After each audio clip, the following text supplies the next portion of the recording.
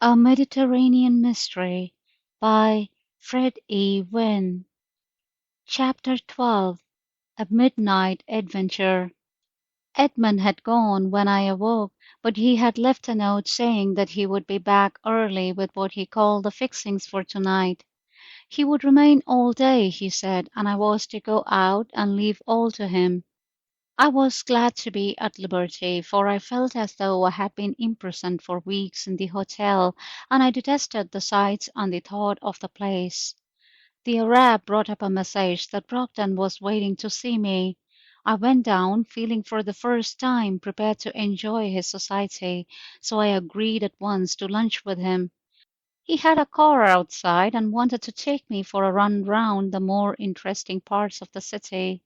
I readily accepted the offer, but I could not leave until I knew Edmund was in charge, and so I invented pretexts to detain him. I took his advice as to the best boat to return home in, and asked for an introduction to his banker so that I might cash a cheque. Then I insisted that he should again procure his patent cocktail. During this performance Edmund came into the hall with his bag. He saw me with a stranger and of course went upstairs without noticing me, so I was free at last to leave. We drove at first among the narrow flagged streets of the native quarter, which I specially desired to see, and all the brilliantly coloured but squalid scene, which seemed so commonplace to my friend, had for me a wonder and a charm which kept me silent. It was too soon for me when Brockton said, "I guess you've seen enough of this now, and smelt enough. Now we will have a spin." We came back through the central parts of the city, through squares and streets that might have belonged to Europe, along the wide, smooth surface of the Rue de la Porte Rosette, between rows of acacias with flaming blossoms and stately tamarisks, past villas drenched in the purple of bougainvillea, dotted with the scarlet of the hibiscus, gardens with lawns kept green with infinite toil, and blazing geranium beds, and so out into the country among cotton fields, orchards of figs and vines, and plantations of dwarf bananas. Everything was new and delightful to me, and the rush through the air completely conquered the heat. I had forgotten my companion and all my anxieties in surrendering myself to the delight of unaccustomed colours when suddenly Brogden said, "Those two fellows are back with their damned boat."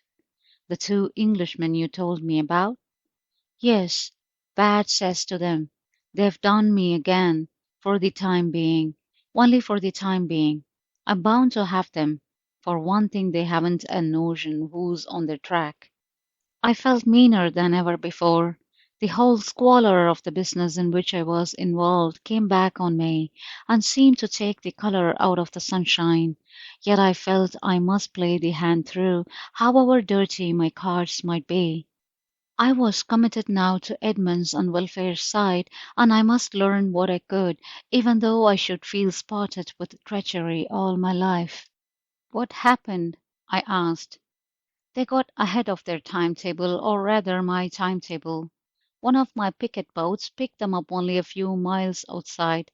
The native rascal I was after was not with them, and there wasn't a thing aboard that shouldn't have been there. I'm practically certain they had a big lot of hashish with them, but they had got rid of it. Unfortunately, there was only a native officer in charge of my crowd, and naturally he got nothing out of them." "And what are you going to do now?" "How, of course they have landed their rascal somewhere between this and the western frontier, and he's pretty sure to have the real cargo with him. He's bound to make for Alexandria, and he will bring the stuff on camels to some hiding place in the neighborhood. I've every possible track watched, so I'm bound to get him." "What about the railway?" I asked with beating heart. "How, no native dare put a load like that on the railway. It would be stopped and examined at once." I saw clearly for the first time how essential I had been for the working out of Captain Welfare's plan, and I could not but admire the soundness of his dispositions. I thought they showed that combination of imaginative power and attention to detail which is said to distinguish great commanders. I remembered my first impressions of welfare and how I had instinctively thought of him as taking a lead in his line of life, whatever it might be. Yet he had come to seem small in his ways and paltry in his aims. I wondered which was the real man, how much the welfare I knew was but the product of untoward circumstance. What will you do about the ship? I had almost called her the Astarte and shuddered at the thought of the consequences of such a slip. To be found out now, unmasked as another renegade Englishman, a member of the gang. I can't touch her at present. I've no evidence yet. I must wait till I get this damned Arab. Supposing she sails? She won't sail at present. They are waiting till they get their stuff safely here. If they went, it would only be to pick up another load at some place on the Greek coast, and I should take jolly good care to get them on the way back. Nothing would suit me better. We were back in the city now, and presently we pulled up at Brockton's club. Here we lunched very comfortably, and I met many of his friends and brother officials. Everybody asked me if I had met so and so in Cairo. I felt with embarrassment that my social ignorance must seem almost uncanny. When I said my time in Egypt had been short and that I had spent it in sightseeing, I knew I had utterly lost caste. To the official Englishman in a foreign country, the only objects worthy of regard are other Englishmen and women. One elderly and evidently important person informed me that he had been 25 years in Egypt and had never seen the pyramids. And I never mean to, he added with a glance of mingled pride and indignation. I had not seen the pyramids myself, but I felt it would be presumption on my part to say so, a futile attempt to regain the place I had lost in his esteem. He evidently regarded the pyramids as bad form. I think he suspected Cheops and the other potentates who built them of having done so with a view to attracting the undesirable tourists of a dim future. He might have dined with Cheops himself had that been possible, but he was not one of those who could be expected to be amused by the remains of a pyramid. Was he not high in the Ministry of Finance, and decorated by a grateful sovereign with the Order of the Bath, as a reward for that magnificent inaccessibility to ideas which makes the British official so universally loved and respected? No, sir, he puffed. No pyramids for me, thank you. I did not think highly of this particular person, but the rest were very pleasant fellows, and Broughton was one of them. I was an outsider to them, and I was careful and troubled about many things at the moment. I could not enjoy their society as I would have done had they been my guests in my own vicarage. I desired very ardently to get away from them. From the instinct of ordinary politeness, I tried to conceal this desire, but I fear that I failed. Anyhow, Brockton got up and said we must go and see his banker and the shipping agents. I know I left that club with the reputation of a bore and a bit of a nuisance, but I console myself by reflecting that I was quite forgotten in 5 minutes. All the same, I felt I had inflicted a further injury on the much wronged Brockton. He had paid me the compliment of introducing me to his own little coterie in his favourite club. When one does that for a friend, one likes that friend to be a success. Among middle-aged men this is rarely possible. No doubt this is why our clubs at home debar the introduction of strange guests into the rooms frequented by members. I had not been a success, and as we went down in the lift, I appreciated for the first time the profound knowledge of human nature that would prevent my taking Brockton into my room in my own club, except one that suggests the waiting room of a long deceased dentist. The fact is that an old friend, however valued, is apt to be a nuisance when he suddenly emerges from the past and bursts in on the routine of the present. In spite of his cordiality, I could not help knowing that Brockton wanted to be back among his friends of today, and as his usual rubber of auction. Accordingly, when our business was finished, I made excuses for getting away, and he let me go with shamefaced willingness. I found Edmund busy with a block and tackle arrangement he had slung to one of the bedposts and watched him in some surprise. We can lower 6 cases at a time with this, he said. I'm going to make a pair of shears out of a couple of these iron bedposts and make them fast over the bit of balcony outside the window. I reckon we shall be able to shift the lot in half an hour, quite as quickly as they will load it. I hope Wilfred has got the felucca all right. Did you get rid of your pal? I did. He's fixed up for the evening at his club. Good. He knows about the Astarte being in, I suppose? Yes, he told me all about it, and about searching her. He guesses Jacob was landed just about where we did land. He is having all the routes to Alexandria watched. Poor devil. Is he a decent chap? He is very. It's rotten having to let him down. Of course it is, but the whole thing is rotten, I said wearily. You still think this is the best scheme? It is. Please don't let us discuss it again. The alternative is unthinkable. What is he doing about the Astarte? Nothing. He has no evidence at present. I asked him what he would do if she sailed. He said, she won't sail. If she did, it would be only to pick up another cargo, and he would have her then. I believe, said Edmund, he would have had us all right in the end, only for you. Edmund, I said after a long pause, what about Jacob? Jacob is at present our only risk. Fortunately, he doesn't know our name. Nobody knows that, but of course he could identify us. He can't give us away unless he's caught and done for himself. Then of course he would. I don't think he will be caught, but if not, he will try blackmail. I shuddered at the thought of spending the rest of my life under the threats of this man. I remembered the impulse I had felt to shoot him, and dreaded the possibility of being subjected to such a temptation again. Couldn't you take him home with you? He wouldn't come, and what could we do with him if he did? It would only make it easier for him to start his blackmailing. He will probably want to get to England in any case, and there's no use our giving him a passage. A note came from Captain Welfare announcing that the Astarte would be ready to start in the morning, and that he would meet us with the felucca as arranged. He was too busy to join us then. He must have had a heavy day, I said. Yes, agreed Edmund. It's not everyone could have done it, but I must say for Welfare he's a worker. Nothing will stop him when he's fairly on a job. I am myself naturally very deficient in energy, and so perhaps have an exaggerated respect for it in other people. I detest the photographs one sometimes sees of raucous politicians declaiming with wide open mouths, uplifted fists, and overdeveloped facial muscles. To many, I know such men are the type of energy and what they call efficiency.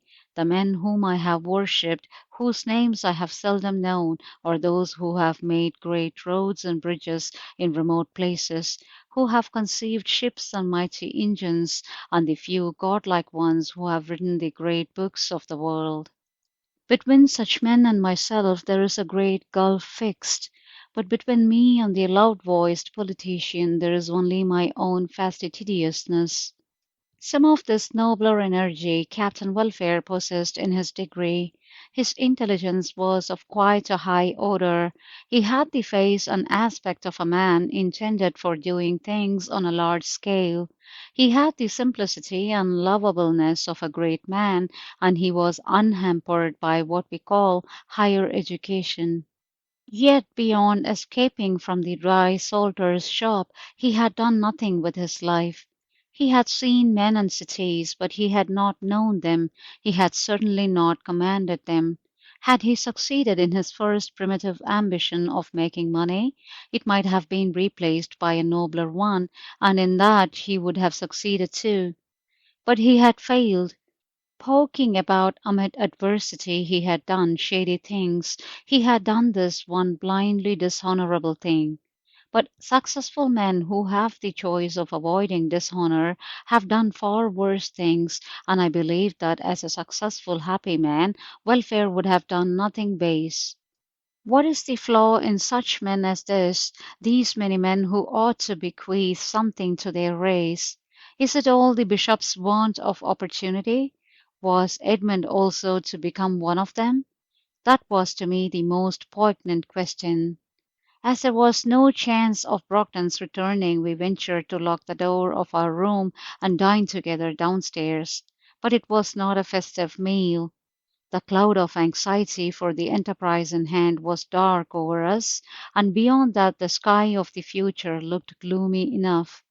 There was the threat of Jacob's malevolence, and, more serious to me, the question of Edmund's eventual future. I tried to get him to talk of this, but it was as though he could not see himself apart from the associations of his past. "How can I get rid of it?" he asked.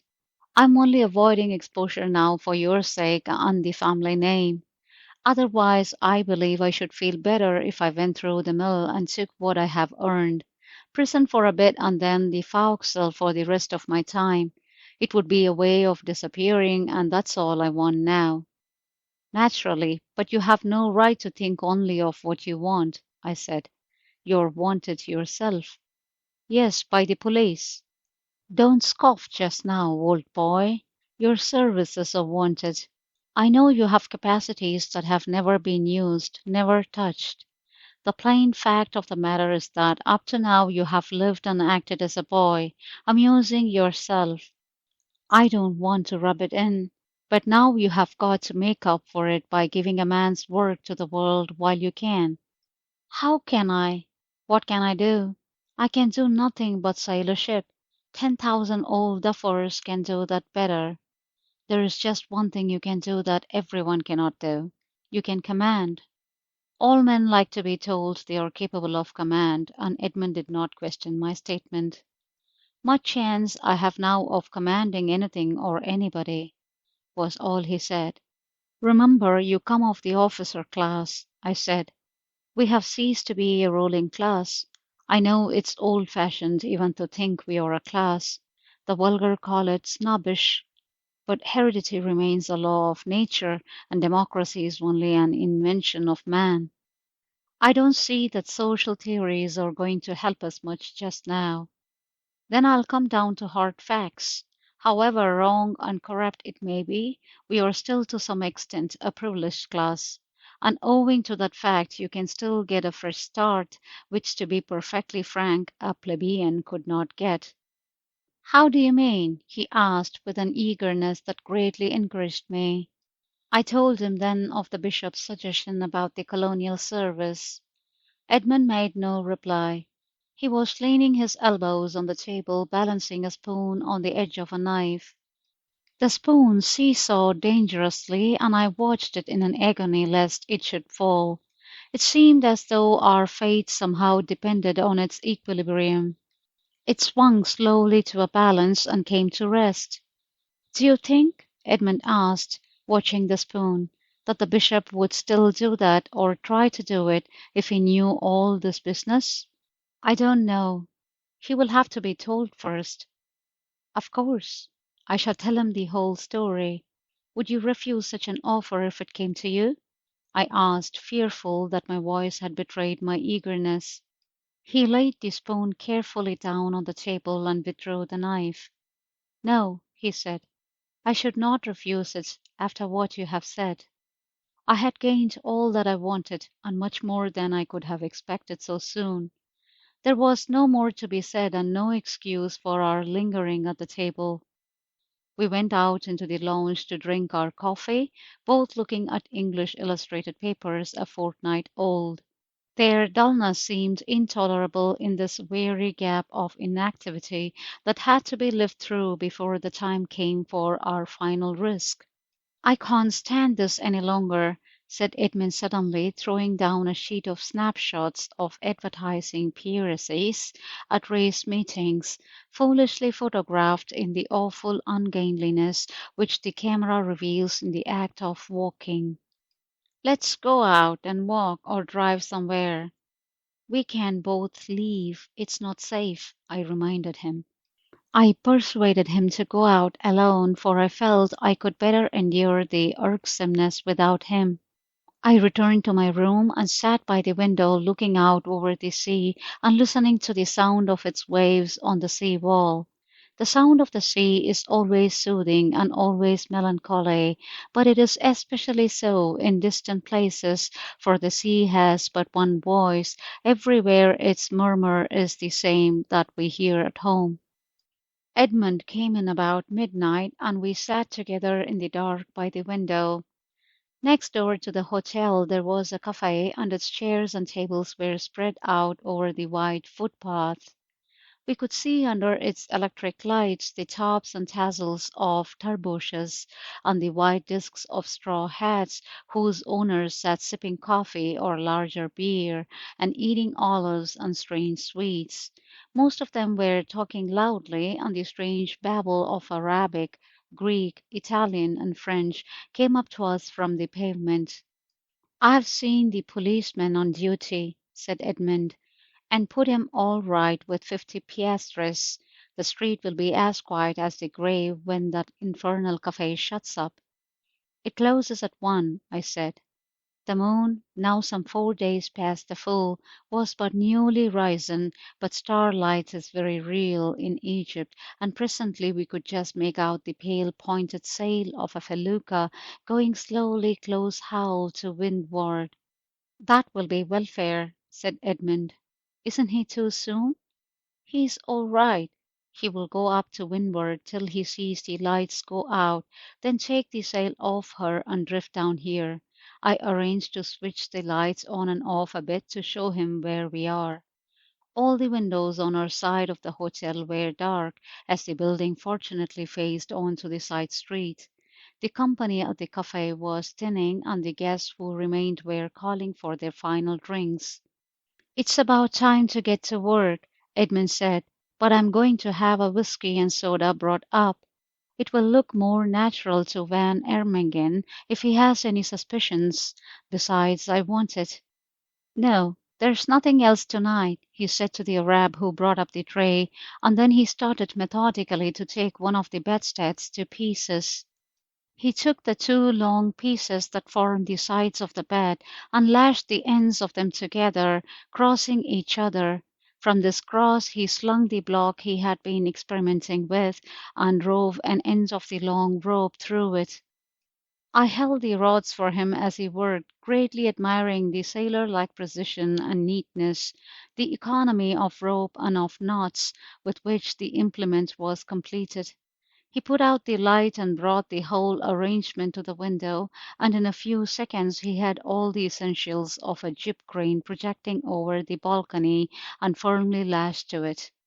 He knotted the end of the rope into a double bowline, a bowline on the bight he called it, which just held 6 of our packing cases securely.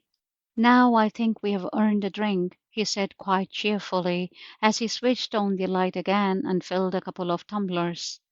"We shall have to work in our socks and move about as little as possible," he explained. "As soon as Welfare is ready I want you to hand me the cases.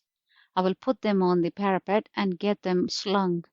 You must hang on to the rope and take the strain when I get them over the side. Then lower slowly. Do you understand?" "Perfectly." "I'm sorry to give you so much of the hard work, but I must see to the slinging myself. If a case slipped and fell, well, that would about close the operation." "I don't mind the work," I assured him. "I only wish we were at it." "It won't be long now. The cafe is shutting up." I looked out of the window. Tired waiters were dragging in chairs from the pavement and whisking the stained clothes off the very tables at which a few guests lingered, reluctant to leave. Others were closing shutters with a rattle. The moonlight was steadily increasing, and now lit up the pink and yellow plaster of the tall, shabby houses that faced the sea between us and the native quarter. It lit the minarets of a couple of third-rate mosques behind the houses, giving them an aura of delicacy and beauty which the crude sun denied them. The lamps along the seafront paled, and the lights in windows disappeared one by one. The last tram crashed by, and a belated Gary passed with some shouting youths in it. Then silence settled down on the city as the moon raised herself above the buildings east of us, and with delight looked round her when the heavens were bare. Edmund noiselessly nicked the switch up and down 3 or 4 times, and lighting a cigarette came back to the window where we waited together in silence. Presently a dark spot appeared on the sea to windward, and soon we could see the felucca dropping downwind towards us. The big lateen sail was stowed, and she came slowly on. Not a word was spoken as she sidled up to the sea wall, which hid all but the top of her swaying spar. In another moment Captain Welfare, with a couple of natives, was looking up at us from the pavement. "All right?" he asked in a whisper. "All right." "Lower away, then." The first load was ready, and we lowered it as arranged. The rope ran noiselessly on the carefully oiled pulley. While the natives carried the cases to the boat, we got another load ready. Nobody stirred in the hotel. A gharry came past at walking pace, but we heard it coming and put the light out. Captain Welfare stood close to the wall below us. The driver passed on without taking any notice. He delayed us about 3 minutes and made my heart beat unpleasantly. There were just 9 loads for our derrick, but thanks to Edmund's arrangements the whole job was finished noiselessly and without a hitch in less than 40 minutes. As the last load reached the ground Captain Welfare whispered up, "Goodbye." "Goodbye and good luck," I answered, and without another word he went across the road. I saw him clamber clumsily over the sea wall, and then the felucca was pulling out to sea. Just as she got out of sight I heard the creak of the halyard as they got the sail on her. I came back into the room exhausted and streaming with sweat but happy. It was hard to realize that this most difficult and dreaded part of our task was actually over and without the slightest mishap. I thought of Pilgrim and his rejoicing when he at last got rid of his burden. Mine had indeed been grievous, and like Pilgrim's it had been a burden of sin, even if not my own. "Thank God that's over," I said. "Yes, it's a good job. It's gone so well. By Jove, how hot you are! Strip and have a sponge down and get into your pyjamas. I must put this bed to rights and pack the tackle." I took his advice and made myself comfortable as he plainly needed no help. "Now I think we will have our final drink. Then I will have a couple of hours' doze and be off soon after dawn. I must not leave poor old Welfare too long in that beastly felucca. He won't be having a very comfortable time, I can tell you.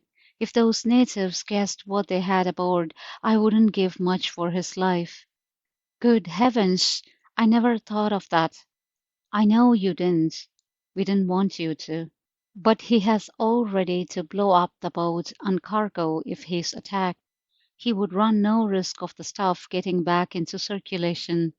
Yes, on the whole, old Welfare's part of this racket is one of the few really courageous things I have known a man do. And I had never said a word to him. I had not known. "He's as pleased as Punch about it," continued Edmund. "He's a sentimental old boy, and he has a feeling that he is doing something to make up for the way he has treated you." "I shall be miserable until I know he is safe," I said. "Oh, the odds are on him, even if he has to hold the crew off with his revolver. Those fellows are easily cowed, and they know the Astarte is coming up. The danger is that they may rush him in the dark. Well, here's luck to him." But I could not take it so lightly, and I was certain that Edmund did not in his heart. I understood that he had felt bound to tell me in justice to Welfare, and now this anxiety would overshadow all the others until the suspense were over. "You're about done, anyhow," Edmund said. "Do get to bed. You will sleep all right." "I think I will. I'm tired, but wake me before you go if I must sleep." "Shall I?" Of course, I want to say goodbye. The dawn had come and it was daylight when I was awakened by hearing him moving about the room. I shouldn't have had the heart to wake you, he said. Goodbye, I say. You've been a brick. I wish I could tell you. Goodbye. And with this he left the room and went on his way. End of chapter 12.